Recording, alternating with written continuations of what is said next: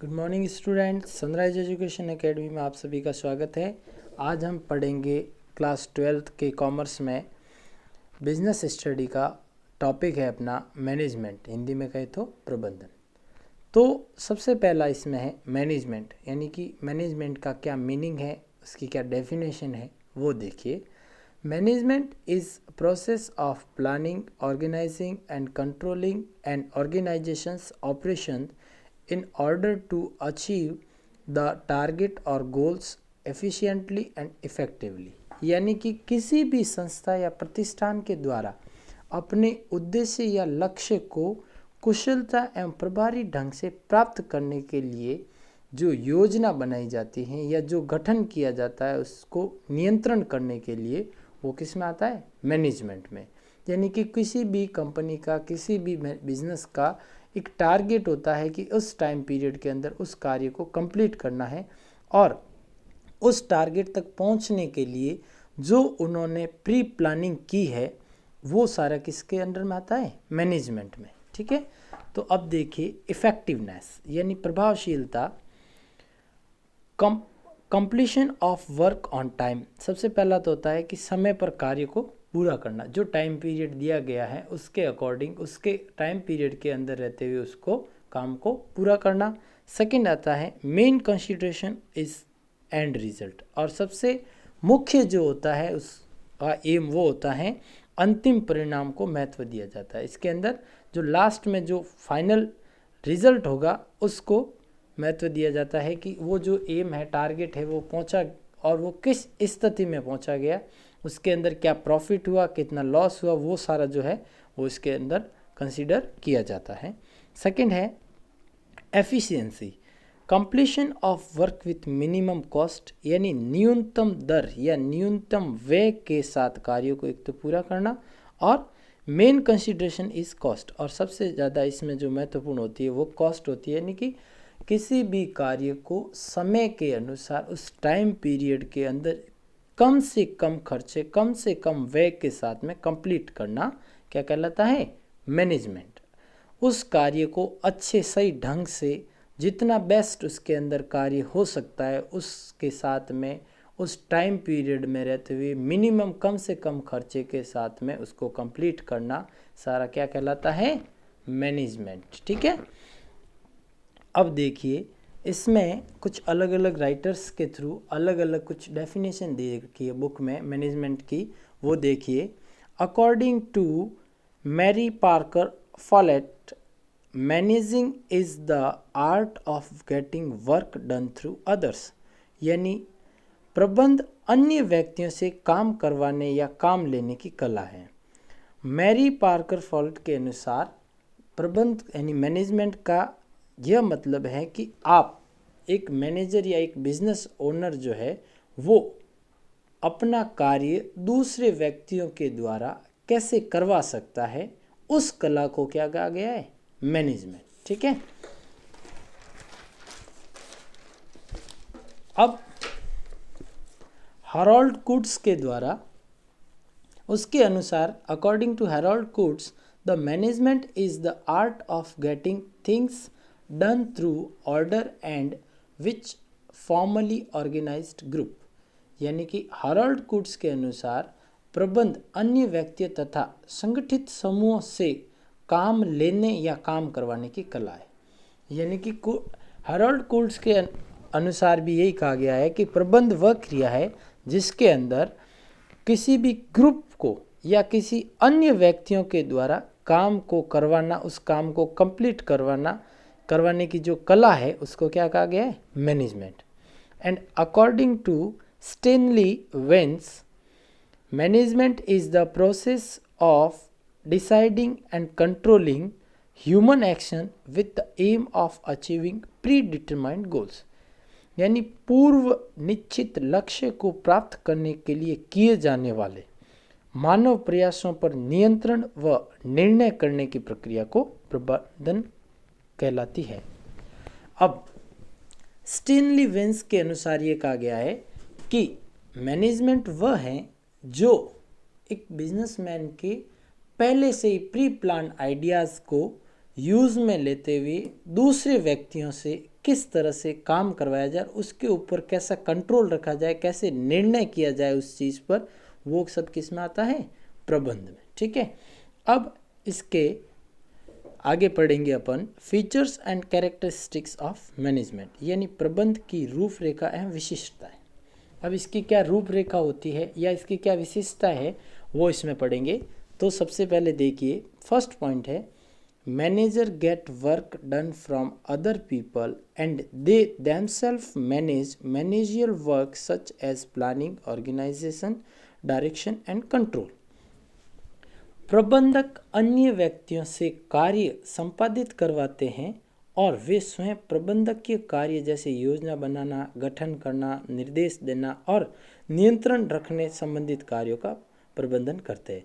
जो मैनेजर है उसका ये काम होता है कि वो जो उसके अंडर में जितने भी वर्कर एम्प्लॉयज़ काम कर रहे होते हैं उनके थ्रू उस काम को कैसे करवाना है, और उन सब के लिए जो मैनेजर का वर्क होता है वो ऑलरेडी प्री प्लान्ड होता है कि कौन सा कार्य कैसे करवाना है, किसके थ्रू करवाना है, और इसके लिए वो पहले से योजना बना लेता है, उसका गठन कर देता है, उसके अकॉर्डिंग अपने आगे वाले जो पोस्ट जो मैनेजर होते हैं उनको निर्देश दे देता है, और उस पर कैसे कंट्रोल करना वो सारी चीज़ें जो होती है वो कौन करता है, मैनेजर। ठीक है। Second, managing work is not irrelevant and aimless. There are certain predetermined objective of the management. प्रबंधन कार्य असंगत और उद्देश्यहीन नहीं होते। प्रबंध के कुछ पूर्व निर्धारित उद्देश्य होते हैं। यानी कि मैनेजमेंट ऐसा नहीं है कि आपको ये काम दिया गया और आप ये कर लीजिए, उसके अंदर ऑलरेडी पहले से ही कुछ डिसीजन लिए जा सकते हैं और वो लेते हैं, उसके बाद में उन डिसीजंस को फॉलो किया जाता है। उन्होंने जो टारगेट दे रखा है उस टारगेट के अनुसार उसको काम करना होता है।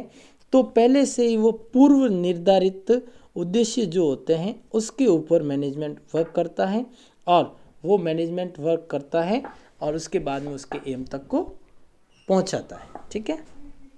Third, managing work is easy to get done in formal groups of organised people are only crowd. यानी कि जो संगठित सामूहिक ग्रुप होते हैं उनके अंदर मैनेजमेंट वर्क अच्छे से करता है, लेकिन अगर उसकी सही ढंग से ऑलरेडी प्री प्लान कोई रूपरेखा नहीं है तो सिर्फ एक वो क्राउड बन के रह जाता है, एक भीड़ सी हो जाती है। उसके अंदर जो काम है जिस परिस्थिति में जिस स्थिति में सही ढंग से सुचारू रूप से चलना चाहिए वो नहीं चलता है, बल्कि सिर्फ एक क्राउड के हिसाब से ही रहता है। सुसंगठित समूह से प्रबंध का कार्य करना सरल है, असंगठित लोगों से समूह प्रकार से मात्र एक भीड़ होती है। ठीक है। Fourth, management is human work. जो प्रबंध है वो एक मानवीय कार्य है। Management work is done by the best और स्पेशल पीपल ऑफ सोसाइटी। और ये जो मैनेजमेंट का काम है वो समाज के उच्च कोटि के या विशेष व्यक्तियों के द्वारा ही किया जा सकता है। हर कोई व्यक्ति इस मैनेजमेंट के वर्क को नहीं संभाल सकता, बिकॉज उसके लिए उन लोगों के पास एक स्पेशल नॉलेज की आवश्यकता होती है, कुछ अनुभव एक्सपीरियंस होना चाहिए, तो उसके थ्रू वो उसको कंप्लीट आसानी से कर सकता है, अदरवाइज वो उसको कंप्लीट नहीं कर सकता। इसलिए उस मैनेजमेंट को संभालने के लिए जो मैनेजर की पोस्ट होती है उस मैनेजर को अलग से स्पेशल नॉलेज होना चाहिए, उसको एक्सपीरियंस होना चाहिए, उसके हिसाब से ही वो काम कर सकता है, और हर कोई व्यक्ति उसको नहीं कर सकता है। Fifth point, this is a very challenging task. ये एक बहुत ही चुनौतीपूर्ण कार्य है। क्यों है चुनौतीपूर्ण कार्य? क्योंकि अगर वो किसी एक माइनर मिस्टेक के कारण उस टास्क को पहुंचने में असफल रह जाता है तो उसका पूरा प्री प्लान्ड जो भी टारगेट होता है वो सब कुछ फेल हो जाता है, और उस एक छोटी सी मिस्टेक के कारण वो टारगेट तक नहीं पहुंच पाता है, और उससे उसको काफ़ी सारा लॉस भी बियर करना पड़ सकता है। It is also able to produce useful products और सर्विसेज यूजिंग ऑर्गेनाइज्ड रिसोर्सेज। यह संगठित स्रोतों को काम में लेते हुए उपयोगी उत्पादन अथवा सेवाएं प्राप्त करने के लिए समर्थ होता है। 6. Managing is a creative task that contributes to the creation of maximum productivity by increasing an effectiveness and efficiency of their instrument. प्रबंध एक रचनात्मक कार्य है, यानी कि एक क्रिएटिव टास्क है जिसके अंदर क्या होता है कि जो उनको इंस्ट्रूमेंट दिए जाते हैं उन इंस्ट्रूमेंट को सही ढंग से व्यवस्थित रूप से उनको चलाकर उस कार्य को कैसे पूर्ण किया जाए। फॉर एग्ज़ाम्पल, जैसे मान लीजिए कोई एक मशीनरी आपके पास ले आए और उस मशीन को चलाने के लिए जब तक एक एक्सपीरियंस्ड नॉलेज्ड पर्सन आपके पास नहीं होगा तो वो मशीनरी जो है आपके लिए काफ़ी यूज़फुल तो है, लेकिन विदाउट एन एक्सपीरियंस्ड पर्सन यानी बिना अनुभवी व्यक्ति के वो आपके लिए बिल्कुल वेस्ट है। तो चाहे आपके पास उपकरण सब कुछ इंस्ट्रूमेंट सारे अवेलेबल है, बट उसके लिए एक अच्छा सा योग्य बंदा अगर योग्य व्यक्ति आपके पास नहीं है तो आप वो मशीनरी आपके लिए व्यर्थ है। तो इसीलिए उसको प्रोडक्ट को बढ़ाने के लिए उस मशीनरी का यूज़ करने के लिए आपके पास जो मशीनरी है उसका यूज़ करने के लिए एक्सपीरियंस्ड नॉलेज जिस व्यक्ति के पास होता है उसको उस मशीनरी का यूज़ करना अच्छे से आता है, वो उस मशीन का यूज़ करके अधिक से अधिक उस उत्पादन में उत्पन्न करने में योगदान देता है। और इसलिए मैनेजमेंट में जिस जिस टाइप्स के उपकरण होते हैं उन टाइप्स के अनुसार उनको मैनेजर को अपने स्टाफ्स को रखना चाहिए ताकि वो जो काम है उस फिक्स्ड एम टारगेट को वो टाइम पीरियड में कंप्लीट कर सके। ठीक है। 7th पॉइंट है, managing is a general principle that theory has been developed based on extensive and research and wide experiences by various academicians, thinkers and managers. प्रबंध एक सामान्य सिद्धांत है, यानी मैनेजिंग एक वैसे तो नॉर्मल रूल्स लगता है अपन को, नॉर्मल सिद्धांत है, बट विभिन्न शिक्षाविदों, विचारधारकों एवं प्रबंधकों के वहद अनुभव तथा व्यापक शोध के आधार पर यह एक परिकल्पना धारणा विकसित हो चुकी है।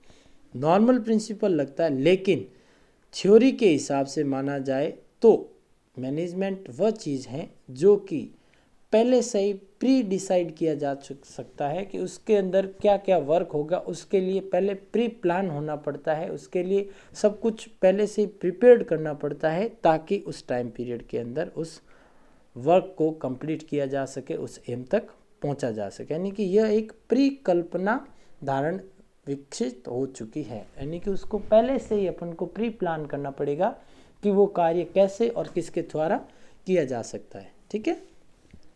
जैसे आपने पिछली क्लास में सुना होगा, मैनेजमेंट यानी कि अपन जब कोई भी बिज़नेस स्टार्ट करते हैं तो बिज़नेस स्टार्ट करने से पहले जो बिजनेसमैन होता है वो सोचता है द वर्क, जो भी कार्य है वो किसके द्वारा किया जाएगा, कौन सी जगह उसके लिए बेटर रहेगी, अच्छी रहेगी, उसको करने के लिए किन किन चीज़ों की आवश्यकता होगी और उसको चीज़ को करने में कितना टाइम पीरियड लगेगा, क्या जिस जगह बिज़नेस लगा रहे हैं उस जगह पर उन चीज़ों के लिए जो रॉ मटेरियल की आवश्यकता होगी वो किस कॉस्ट में अवेलेबल होगी, क्या वो जगह सही है उस बिज़नेस के लिए, या जो चीज़ जो प्रोडक्ट आप बेच रहे हो क्या उसका उस जगह मार्केट है या उस चीज़ की डिमांड है या नहीं। ये सारी चीज़ें एक बिजनेसमैन बिजनेस स्टार्ट करने से पहले अपने माइंड में सोचता है, उसके बाद में जो भी चीज़ उसको क्लियर होती है उसके अकॉर्डिंग वो उसमें मनी इन्वेस्ट करके बिजनेस स्टार्ट करता है। ठीक है। तो इन सब से इतना जो एग्जांपल पढ़ा इसमें यही पता लगा कि ये जो है मैनेजमेंट है वो बिज़नेस से रिलेटेड होता है। बिज़नेस से रिलेटेड इसमें वो सब कुछ सोच लेता है कि उसको क्या करना है आगे और फ्यूचर में उसका क्या उसको लाभ मिलेगा या क्या प्रॉफिट होगा। ठीक है। ज़रूरी नहीं है कि मैनेजमेंट एक ही जगह हो, बिजनेस में भी नहीं। मैनेजमेंट जैसे आपके घर में अगर किसी की शादी है तो उसके लिए भी आपको मैनेजमेंट करना पड़ेगा कि कौन सी चीज़ है, जो कौन सा काम है वो किसके द्वारा किया जाएगा। तो उसके हिसाब से आपके फैमिली मेम्बर्स आपके अलग अलग काम को डिवाइड कर देते हैं। जैसे कोई कार्ड देने जाएगा या कोई किसी चीज़ की घर में कुक जो है आपके रसोई या उसके पास कमी होगी तो उसको पूर्ण कौन करेगा, या टेंट वाले की बुकिंग, लाइट वाले की बुकिंग। तो ये सारी जो चीज़ें हैं वो एक प्री प्लान, पहले फैमिली मेम्बर्स बैठ के सोचते हैं, उसके बाद में अलग अलग काम को उसको डिस्ट्रीब्यूट किया जाता है। तो ये सारी चीज़ें भी किस में इंक्लूड होती है? मैनेजमेंट में। ठीक है। 8th देखिए, the manager should have the ability to lead, यानी कि मैनेजर जो है उसके अंदर योग्यता होनी चाहिए किसकी? नेतृत्व करने की, यानी कि जो अपना उसकी जो टीम बनाई गई है उस टीम के साथ चलने की, उस टीम को मोटिवेट करके उससे काम निकलवाने की उसके अंदर कैपेसिटी होनी चाहिए, उसके अंदर योग्यता होनी चाहिए, उसके अंदर एबिलिटी होनी चाहिए। ठीक है। The manager does whatever he does by decision making, manager को वह सब कुछ करना चाहिए जो कि वह कर सकता है, यानी कि उस प्रबंध, उस मैनेजमेंट से रिलेटेड जो भी जिस लाइन में, जिस चीज़ में वो कार्य कर रहा है, उसके लिए जो उसके हित में जितने भी डिसीजन वो ले सकता है ताकि वो अपने एम तक पहुंच सके, तो वो सारे डिसीजन उसको लेने चाहिए, वो सारे निर्णय उसको लेने चाहिए ताकि उस कार्य को वो अच्छे से उस समय में कंप्लीट कर सके। 10th, managers can delegate some of their authorities to their subordinates for getting work done through others, प्रबंधक जो है उसके जो सबऑर्डिनेट होते हैं, यानी कि उसके अंडर में जो काम करने वाले कुछ मेंबर्स होते हैं, उनको भी अथॉरिटी दे कि आप उनके हिसाब से जो भी कार्य वो कर रहे हैं उसमें जो वो बेस्ट कर सकते हैं उसके अकॉर्डिंग उनके खुद का सेल्फ माइंड यूज़ करके जो बेस्ट दे सकते हैं उनको भी उतना पावर देना चाहिए ताकि वो भी कार्य को अच्छी तरीके से करे। बट उसकी एक लिमिटेशन होती है ताकि उस लिमिट में रहते हुए वो कार्य समय पर कर सके। ठीक है। यानी कि वो डिसीजन आराम से बना सके अपना कि इस चीज़ को, इस कार्य में अगर अपन करते हैं तो ये इसके लिए बेटर है, अच्छा है या ख़राब है, वो डिसीजन उनके मैनेजर के जो अंडर में कोऑर्डिनेटर हैं उनको भी ये हक होना चाहिए कि वो डिसीजन जो ले रहे हैं क्या उसके लिए मैनेजर उनकी बात मानेगा या नहीं मानेगा। तो इसके लिए मैनेजर को उनको फ्री रखना चाहिए, उनको डिसीजन मेकर बनने देना चाहिए। 10th, मैनेजर्स कैन, ये तो हो गया। 11th, the management work is affected by the internal and external environment of the organization and at the same time affect its too, management का जो वर्क है वो अफेक्ट होता है, आंतरिक और बाहरी वातावरण दोनों से वो प्रभावित होता है। किसी भी संगठन या प्रतिष्ठान का प्रबंध उसके आंतरिक और बाहरी वातावरण से प्रभावित होता है और साथ ही साथ उसको भी प्रभावित करता है। यानी कि अगर उसमें कोई फॉल्ट है या किसी चीज़ के कारण कुछ कमी आ गई तो वो पूरा का पूरा जो स्टेप बाय स्टेप जो आपके प्रोडक्शन का अलग अलग विधि के हिसाब से अलग अलग प्रोडक्शन करना था, तो उसके अंदर किसी एक माइनर मिस्टेक के कारण, इंटरनल और एक्सटर्नल कोई भी मिस्टेक हो सकती है, उन दोनों के कारण आपका जो पूरा स्टेप है वो प्रभावित हो सकता है।